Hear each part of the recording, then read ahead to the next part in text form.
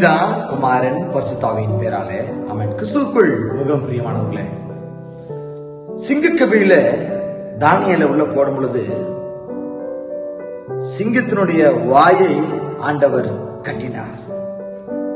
ஆம், கிறிஸ்துவுக்குள் மிகவும் பிரியமானவர்களே, இன்றைய நாளுக்கு இந்த தேவன் நமக்கு உணர்த்திய இறைவார்த்தை, அது தானியேல் அதிகாரம் 6வது அதிகாரம் 22வது வசனம்.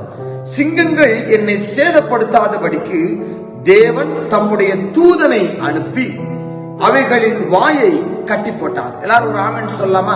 ஆமென். ஆம், கிறிஸ்துவுக்குள் மிகவும் பிரியமானவர்களே, தானியேல் ஆண்டவருக்கு பிரியமான பிள்ளையாக, ஆண்டவரை தவிர வேறு ஒருவரையும் வணங்க மாட்டேன் என்று சொல்லி வைராக்கியத்தோடு இருந்த தேவ மனிதர், அவருடைய விசுவாசம் அங்கே வெற்றி பெற்றது. ஆம், கிறிஸ்துவுக்குள் மிகவும் பிரியமானவர்களே, என்னென்னமோ செஞ்சு ராஜாவெல்லாம் ஏமாத்தி தானியேலை சிங்கக்கவில போட வச்சாங்க. ஆனால் தேவதூதனை ஆண்டவர் அனுப்பி சிங்கங்களின் வாய்களை கட்டி போட்டார். அத்தனை சிங்கம் இருந்திருக்கும். எத்தனை சிங்கம் இருந்திருக்கு நமக்கு தெரியாது.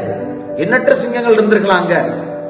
அந்த சிங்கங்கள் வாயை தேவன் கட்டி போட்டார். அது போலத்தான் நம்மளுடைய வாழ்க்கையிலேயும் நாம் ஆண்டவருக்கு பிரியமுள்ள பிள்ளைகளாக ஆண்டவரை மட்டும் பற்றி கொண்டு அவர் பின்பாக நாம் செல்லக்கூடிய பிள்ளைகளாக வாழ்கின்ற பட்சத்துல உங்களுக்கு எப்பேற்பட்ட சோதனைகள் வந்தாலும், எப்பேற்பட்ட கஷ்டங்கள் வந்தாலும், மழை போன்ற துன்பங்கள் வந்தாலும், அதெல்லாம் உங்களுக்கு பனி போல விலகி போய்விடுங்க. எப்பேற்பட்ட அசாதாரண சூழ்நிலைகள் உங்களுக்கு ஏற்பட்டாலும் தேவன் அந்த அசாதாரண சூழ்நிலையை கட்டி போடுவார். ஆமென். எல்லாம் அவரால் சாத்தியங்க. நினைத்துக் கொள்ளுங்கள், விசுவாசம் தான் நமக்கு வேணும். தானியேலை சிங்கக்கவில போடும்போது எவ்வளவு வேதனைப்பட்டிருப்பாரு. இவ்வளவு பெரிய சோதனையாப்பா எசப்பா, இவ்வளவு பெரிய சோதனையா ஆண்டவரே என்று சொல்லி அவர் என்ன செஞ்சிருப்பாரு? அவரு வேதனையோடு கூட உள்ள விழுந்திருப்பாரு. ஆனாலும் அவர் என்ன செய்யல? அவருடைய விசுவாசத்தை அவர் கைவிடல.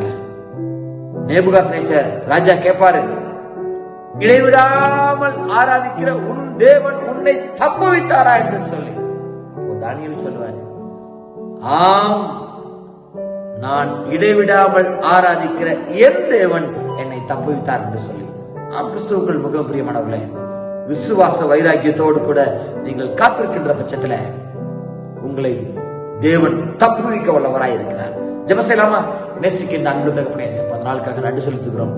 ஆண்டவரே, தானியேல் சிங்கக்கவில போடப்பட்ட பொழுது சிங்கங்களின் வாய்களை தேவ தூதர்களை கொண்டு நீங்க கட்டி போட்டீங்கப்பா. அது போல எங்களுக்கும் ஆண்டவரே வேதனைகள், இன்னல்கள், கஷ்டங்கள், கவலைகள், இதெல்லாம் ஆண்டவரே உண்மை நாங்கள் தெய்வமாக கொண்டு உம்முடைய நாமத்தை நாங்கள் தொழுது கொள்கிற வேளையில எங்களுக்கு சாத்தானால் தரப்படுகின்ற அந்த வேதனைகளையும், அந்த சோதனைகளையும், அந்த இக்கட்டுகளையும் நாங்கள் மேற்கொள்வதற்கு நீங்க தேவதூதர்களை அனுப்பி அந்த எல்லா காரியங்களையும் நீங்க கட்டும்படியா ஜெபிக்கிறோம். ஆமாண்டவரே, விசுவாச வாழ்க்கையை நாங்கள் தொடர்ந்து வாழ்வதற்கான சுகபலன், ஜீவன் தரும்படியா ஜெபிக்கிறோம். தானியேலை போல 3 வேளையும் இடைவிடாமல் ஜெபிக்க, துதிக்க தேவன் கட்டுத்தரும்படியா ஜெபிக்கிறோம். முழுதுமாக எங்களை தாழ்த்துகிறோம். துதிக்க நமக்கு எல்லாவற்றையும் ஒருவருக்கே செலுத்துகிறோம். இயேசு கிறிஸ்து மூலம் ஜெபம் நல்ல பிதாவே, ஆமென். God bless you.